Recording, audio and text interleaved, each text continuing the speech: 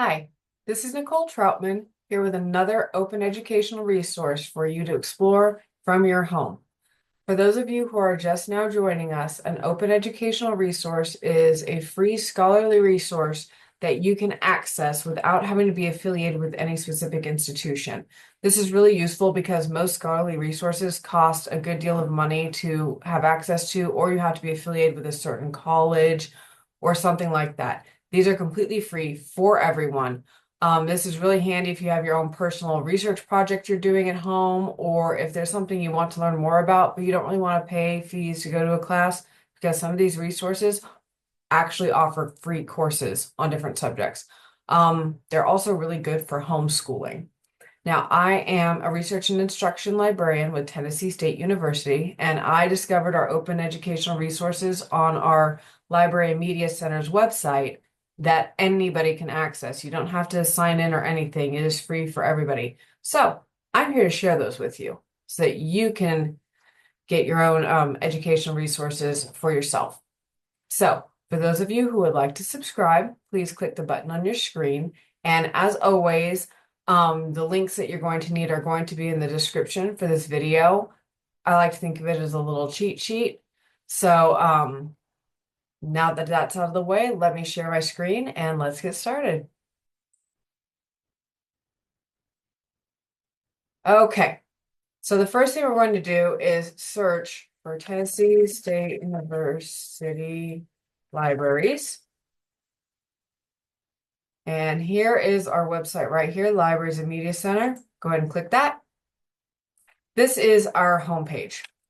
From here, you want to go to Use Our Services, come all the way down to Scholarly Communications. And in here, we've got a variety of things, but what you're looking for is the open educational resources. This is the stuff you can access that you will find to be incredibly useful. Okay, so what this does is it brings us to the Open Educational Resources research guide. So this first section tells you all about open educational resources, what they are, how they're made, why they're useful, how to use them. It even points you to a few. So if you want to delve into learning more about open educational resources, this is a great place to start. We also have on the left side here a variety of different subjects that you can search by. So if you're looking for something specific subject and you don't want to do a bunch of digging, you can check and see if you can find something over here, if any of these relate. With this being a public thing and we don't have a specific subject we're looking at, I'm going to go ahead and click on General OER. So we are going to go to this list right here, Portals and Collections of Open Educational Resources. And today we are going to look at Oasis. Okay, this one is a bit different, as they all have been. But it's kind of cool once you get the hang of it. So, of course, home will bring you to this page. If we go to sources, this is neat. So this actually shows a list of all the institutions that provide these open educational resources for this website. I was scrolling through it and I actually saw University of Nebraska-Lincoln, which I went to school there for a little bit when I was pursuing my bachelor's degree. So I got kind of excited. So if you want to browse through just to see who all is contributing, or if there's a certain institution you're looking for that you'd like to get resources from, you can check here. And this is really cool. If you click on it, you can choose source website or the Oasis results. Now, the source website you may not be able to use if you aren't affiliated with the institution, but you can, of course, browse and see what they have. However, the Oasis results, it will actually show you all of the open educational resources that that institution has contributed to this collection.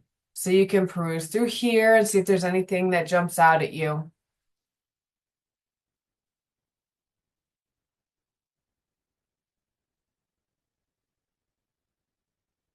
So next we're going to look at about, and this tells you about Oasis.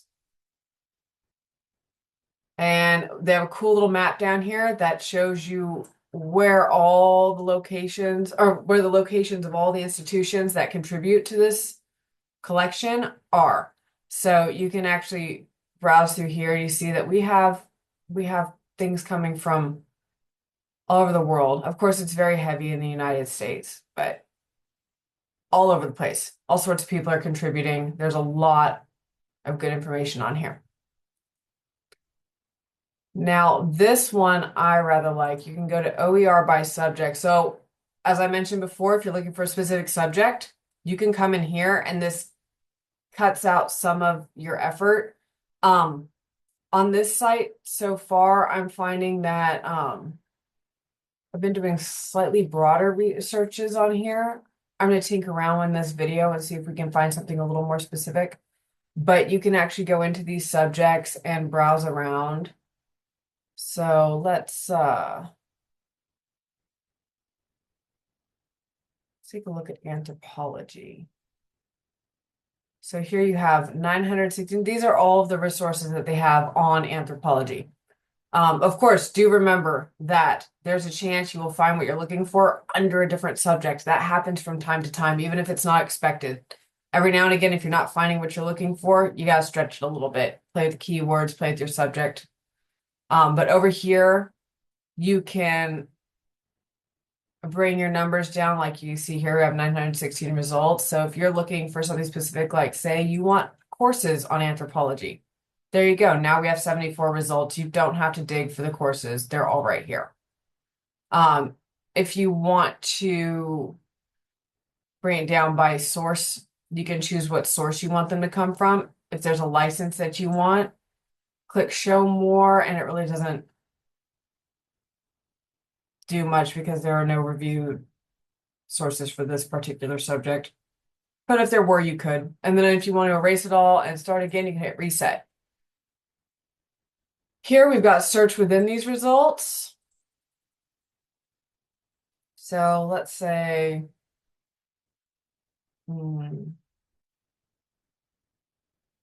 agriculture.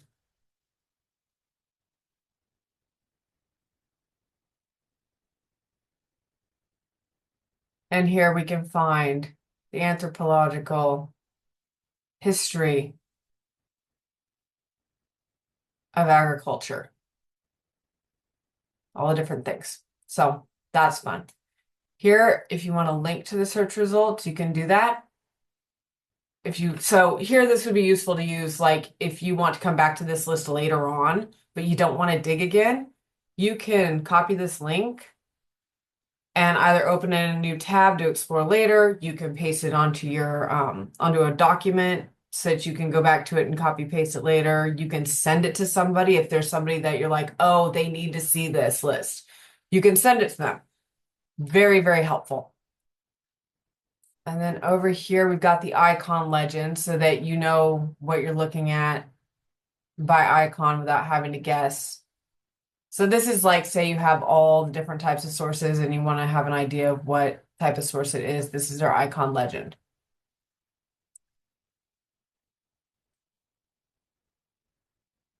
Okay, so now let's go back home. Now, another way to search for resources, if you want to go by source type, is they've got this great little bar right under the search bar here. So we've got textbooks, courses, course materials, interactive simulations. Click over, we have public domain books, audiobooks, modules, open access books. Then you've got your videos, your podcasts, learning objects, primary sources. And we're back to the beginning. So if you want to search by source type, you can do that through here. Let's open courses and see what we find.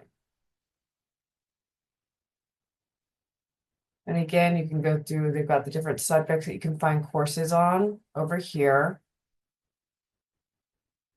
Here's our sources, here's our licenses. And I'm not seeing a review page, but let's click more just in case. And again, you can search within the results if there's something specific you're looking for.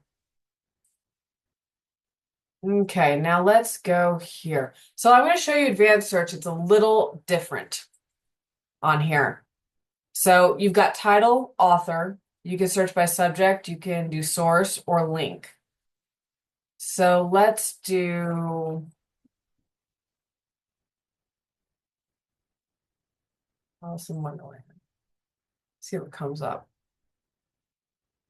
Okay, this is exciting. Look at all these. So we have dramatization of the book, a retelling. We also have these neat little TED Talks videos that you can look at. Actually, this one's not a TED Talk. But yeah, so you got TED Talks, which those are really cool. Those videos are always really informative. You've got this video here.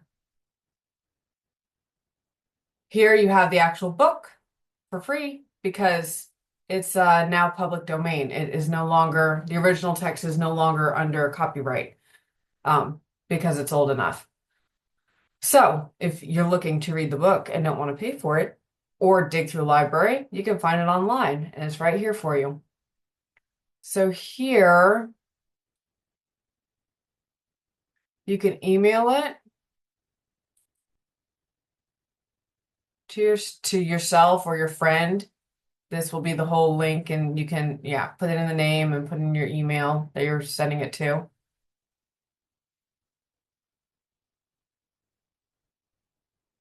And then if you're looking for any other sources on it, you can contact the provider of that source and see what they have outside of this.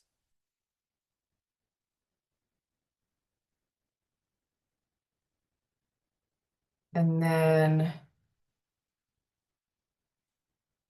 we go home and we can look up, let's see, just for fun, let's see where we can find Shakespeare in here. So we got all these different types of things on Shakespeare. We've got public domain books. We've got open access books. No type listed.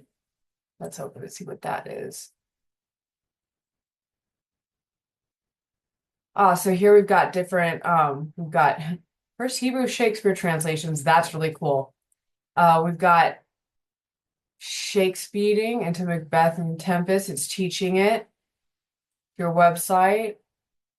Love and His Critics from the Song of Songs to Shakespeare and Milton's Eden. So, I mean, there's a variety of things in this. They're kind of, they don't really fit anywhere specific. So no type listed. You've got your primary sources, your courses on it.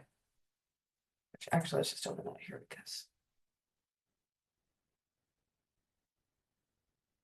Which could be really useful if you are a big Shakespeare nut like me, or if you want a little extra help outside of class, these can be really useful.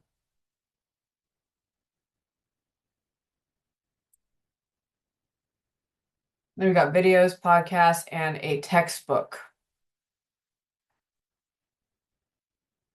Oh, and one place that we have not looked yet. And I'm going to show this to you just in case you happen to be affiliated with this institution. But Milne Library, you see all the great stuff that they offer at their library. But unless you're affiliated with the institution, you can't actually access any of it. I tried, and you have to be able to log into the site and all of that. But if you are affiliated with it, here you go. This is a good way to get to it from here. So yes, this is Oasis.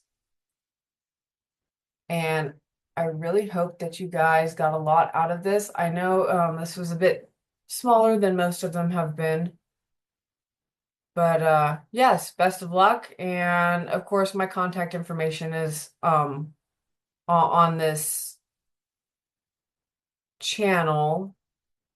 So if you have any questions at all, please feel free to reach out to me. I'm a research and instruction librarian, and there is nothing I like more than teaching people, helping people.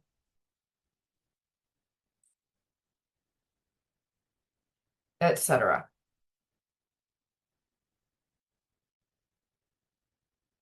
There we go.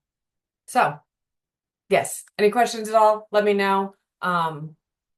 Enjoy the videos on this channel and have fun digging around and finding new information. Until next time.